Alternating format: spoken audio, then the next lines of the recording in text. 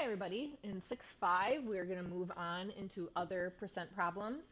In 6.4 we just focused on finding a percent of a number. Today we're going to be finding percents and we're going to be finding totals. We are going to be doing both methods again, using proportions and translating into the equations using those decimal equivalents. On this first part we're going to focus on the proportions, and as a reminder, I'm going to put our part over whole equals the percent over 100. Also, as a reminder, especially now that our problems are going to vary, we're always looking for that word of. The number that directly follows the word of is the whole. So in example 1, when it says what percent of 90 is 45, of is followed by 90, so 90 is our whole. 45, you'll notice, is just a number. It's the percent that we're looking for this time. So when we take our proportion, the variable is actually going to sit where the percent would have yesterday when we were working on just finding percents of things. So we don't know the percent. It's still out of 100. 90 is the whole, so that will go in the denominator, and 45 is the part. Then we continue on with using our cross products to solve our proportion.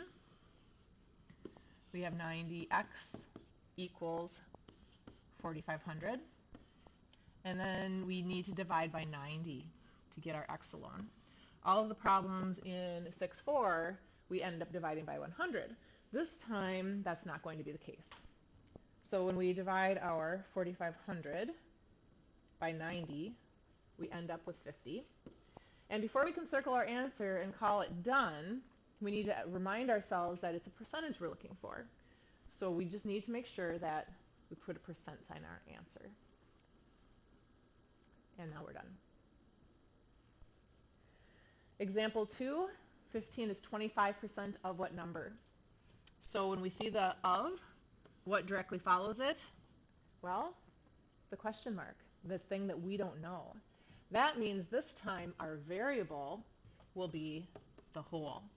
So we'll put our x down where the whole goes. That means that 15 is the part, and our 25 is going to have to go over 100 because it's 25%. Cross products,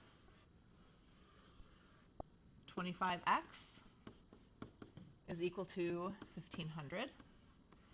And again, you can see this is different than the last problem. This time we need to divide both sides by 25. And once we've divided, our answer this time does not get a percent sign. It's just a number that we're looking for. And so 1,500 divided by 25 gives us 60.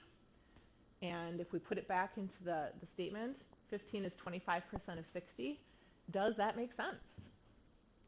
Well, using what we know about fractions, 25% is the same as 1/4. Does it make sense that 15 is 1/4 of 60? Yes, it does. So we are finished. All right, moving on to example 3. I've put this into a story problem. Sometimes people get a little more confused with story problems because they're not sure exactly what part is what. You know, read the question a couple of times, maybe label some things. It says Bill paid $3.62 sales tax for a video game that cost $49.99. What is the sales tax rate? So in other words, what's that percentage that you are charged?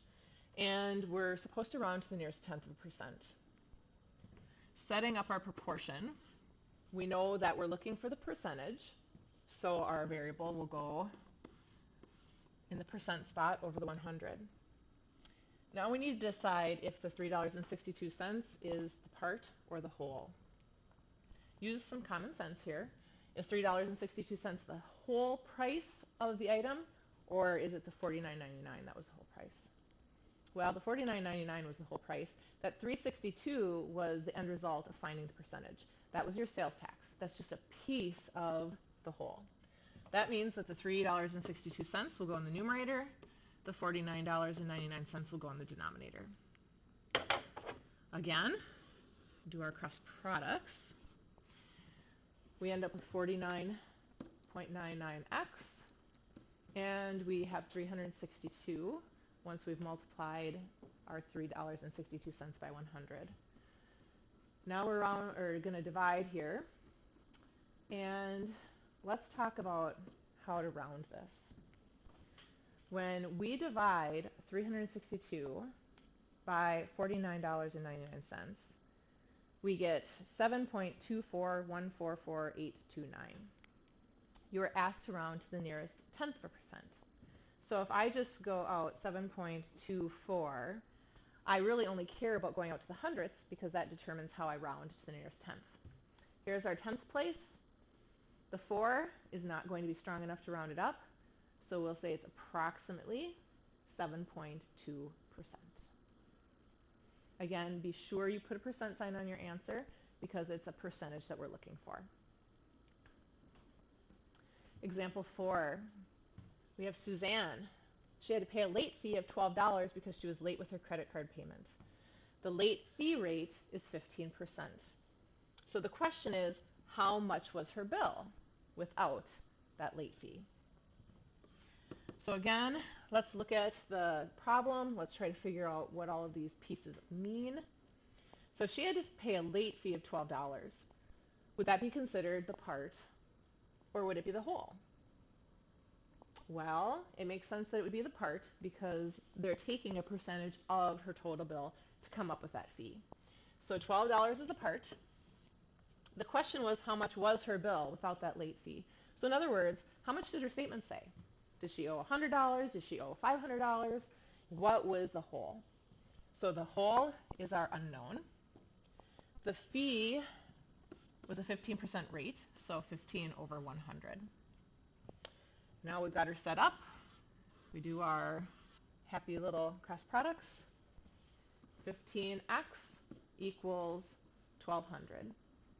So dividing by 15 on both sides will find us our x. And again, we've got to stop and ask ourselves, are we going to be writing this answer as a percentage, or is it going to be just a number? Well, since it was how much was her bill, that means that it's in dollars. When we divide, we get 80. So that means that her bill was originally $80. Now again, if you want to say, does this make sense? 15%. Well, what's 10% of 80? That's 8. If 10% is 8, what's 5%? It's 4. And when you add 8 and 4, you get 12. And voila, it is a match. So again, you can see how being able to estimate, like we had done earlier in this chapter, how it really can help us decide if our answers are reasonable. All right, now part 2, using equations. Again, like we did in the previous section, we're going to be just translating. The thing to be careful about in this is, are we leaving our answer as is because we're finding just the part or we're finding the whole, or do we have to take our answer and change it into a percentage? So I would suggest maybe as you're first going through these, maybe highlighting what it is that you're finding. That way it will stand out to you the form that you need to leave your answer. So here we go. Example 5. What percent will be our variable of, we know means times, 75 is just a number, is our linking verb, so we have our equal sign, and now we have 105. The goal is always to get the variable alone, so we can see that we need to now divide both sides by 75. So x is by itself. Let's take that 105 and divide it by 75. When we do that, we get 1.4. But here's the kicker. Unlike when we do our proportions, we don't get to just say, oh, I need a percent sign, and just put a percent sign on this. Because we're using decimal equivalents, we need to say, ooh, I need a percentage. I need to move this decimal point to make it so. Remember, we move it 2 to the right, fill in the gap, and then we put our percent sign on. So our answer is 140%. Think about that. What percent of 75 is 105? It makes sense that it's over 100%. You know, if you got $105 for something you paid $75 for, you made your money plus extra. So 140% is reasonable. All right, example 6. We've got 18. There's our linking verb. Our what percent is our variable of 225.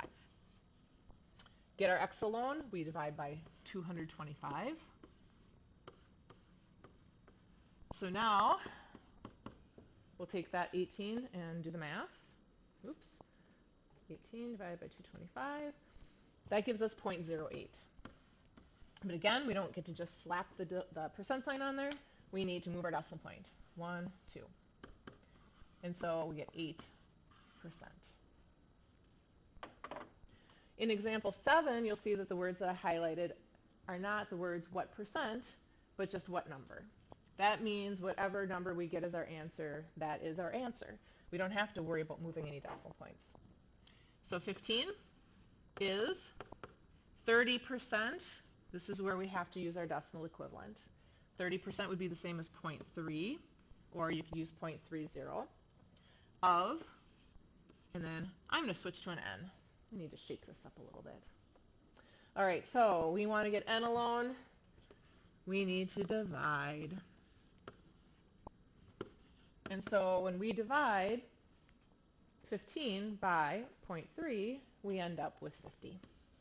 And because it's just a number, that means we're done. Well, again, let's use our estimating to see if this makes sense. What's 10% of 50? It's 5. If we want 30%, we would triple it. 5 tripled is 15. Oh, we are so awesome.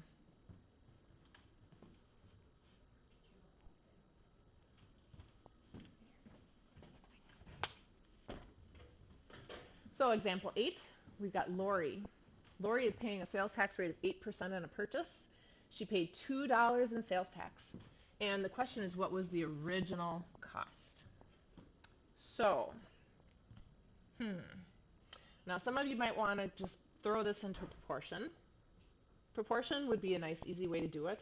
I do want you to be able to take this information and rephrase it. You know, be able to put it in a way that you understand what's the part, what's the whole, what's the percent.